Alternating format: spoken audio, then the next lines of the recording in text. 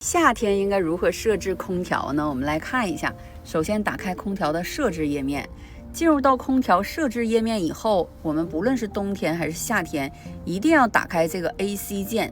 这个 AC 键就相当于启动空调的压缩机，这样你吹出来的凉风和热风才能非常快速。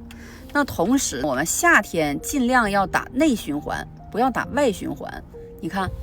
这样的型号是内循环，如果打成这样就是外循环。那内外循环的区别，如果你打外循环了，那外面非常热，就把外面的热度就带进整个车内了，那你车内干运行它也不凉。所以说我们夏天一定要打开内循环。再一个就是我们不要吹玻璃，我们把吹玻璃关掉。如果说我们吹前风挡，也就是吹玻璃，那么这种情况，外面温度非常热，里面温度又特别凉，那它就会起雾起霜。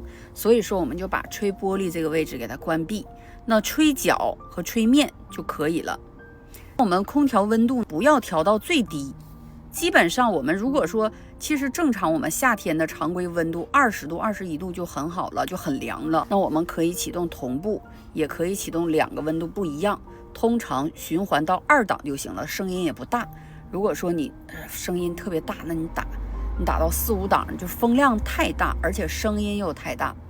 后排呢，我们如何设置？我们手动打开后排，后排也要给它打开。如果你后排是关闭状态，那么后排的凉风它就不吹过来。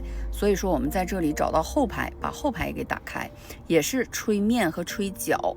那么前排如果你不开启空调，只开后排，它是不凉的，因为它借助的是前排的我们的压缩机来共同享受一个空调管。所以说前面打开，后面才能打开。也是把它调到适宜的温度，开到2档到3档就可以了。那我们这个位置如何设置？我们打开设置按键，设置按键里面空调的自动模式，我通常选的是舒适，因为我们买这个级别的车基本上不用考虑什么特别经济这个事儿，只要是车空调开起来凉爽舒适就可以了。如果温度过高或零下温度过低的时候，它也会适当的启动发动机，都是很正常的。启动一会儿它就会关闭。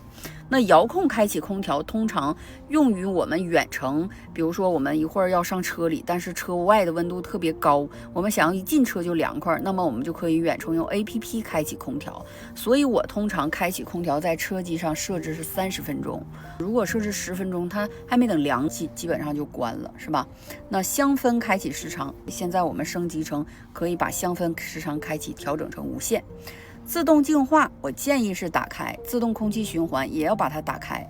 蓝牙降风噪，我们只要是一来电话或者是我们一倒车，我们的空调的风量自动减小，以免打扰到我们倒车的时候的一个声音判断，包括蓝牙通话的时候我们一个通话质量，所以我通常是把它打开的。智能分区如果是打开的状态，后排只要一坐人，它自动就给你开启空调。